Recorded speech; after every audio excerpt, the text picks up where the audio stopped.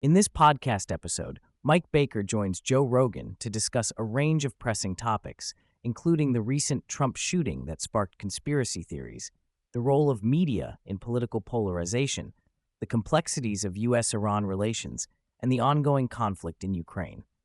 They also delve into the implications of misinformation, the state of political discourse, and the impact of processed foods on public health.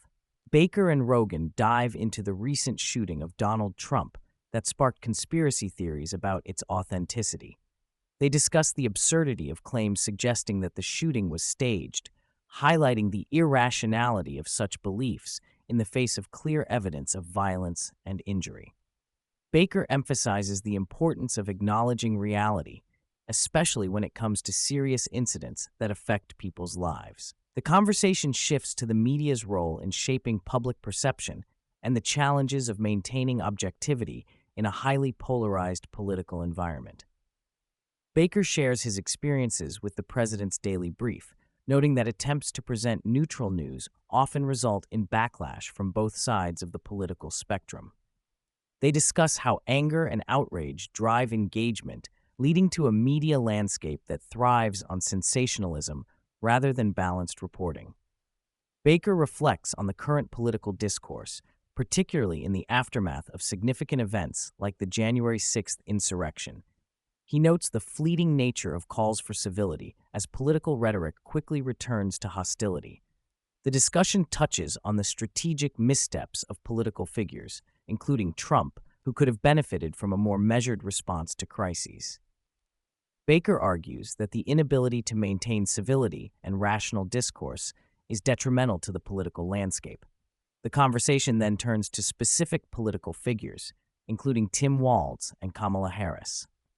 Baker critiques Walz for allegedly inflating his military credentials and discusses the implications of such misrepresentations in politics. They also analyze Harris's public persona and her recent media appearances, questioning the effectiveness of her communication and the optics of her political strategy.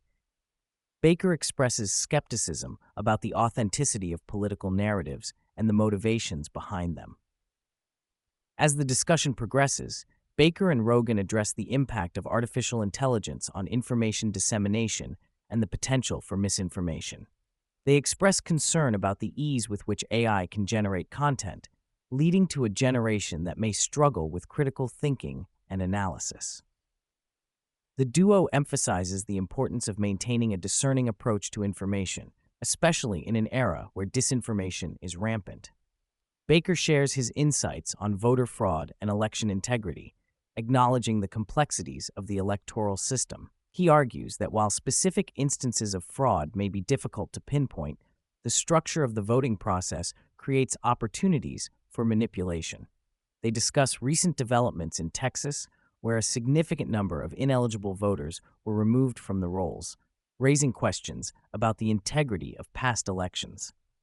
The conversation shifts to international affairs, particularly the situation in the Middle East. Baker discusses Iran's role in regional conflicts, emphasizing the influence of the Iranian Revolutionary Guard Corps in orchestrating violence and instability. He highlights recent escalations between Israel and Hezbollah, noting the strategic implications of Iran's actions. Baker expresses concern about the potential for further conflict and the challenges of achieving lasting peace in the region. Baker discusses the complexities surrounding the 2015 nuclear agreement with Iran, originally established during the Obama administration. He expresses concern over the $6 billion allocated for humanitarian purposes, arguing that it effectively frees up funds for Iran to support militant groups like Hezbollah and Hamas. He emphasizes that the Iranian regime has consistently stated its desire to eliminate Israel, which he equates to a genocidal intent. He points out that while Israel is often accused of genocide, the narrative is driven by those who support Palestinian causes, and he believes that Iran is the primary instigator of instability in the region. Baker reflects on the historical context of the Middle East, noting that it has always been a volatile area with persistent threats. He mentions the reluctance of the U.S. to engage in regime change, citing past failures in countries like Libya and Iraq. He recalls the chaotic aftermath of the U.S. intervention in Libya, where the removal of Gaddafi led to a power vacuum and ongoing conflict. Baker describes the situation in Libya as a hot mess, with no central government and numerous warring factions. He recalls the initial agreement with France and Italy to intervene in Libya, which ultimately led to chaos. He contrasts this with the situation in Afghanistan, where the U.S. withdrawal left behind significant military resources, raising concerns about the Taliban's newfound capabilities. He expresses disbelief at the amount of military equipment left for the Taliban, which he believes could lead to further instability in the region. Baker discusses the current political landscape in the U.S., particularly focusing on Vice President Kamala Harris and her recent policy proposals. He notes that Harris has shifted her stance on various issues, including the border wall and electric vehicles, which he finds disingenuous. He highlights the inconsistency in her messaging and the Democratic Party's approach to governance, suggesting that they are more focused on winning elections than on coherent policymaking. Baker expresses skepticism about the upcoming election, questioning whether the American public will recognize the contradictions in Harris's positions. He believes that many voters are low information and may not critically analyze the candidate's statements.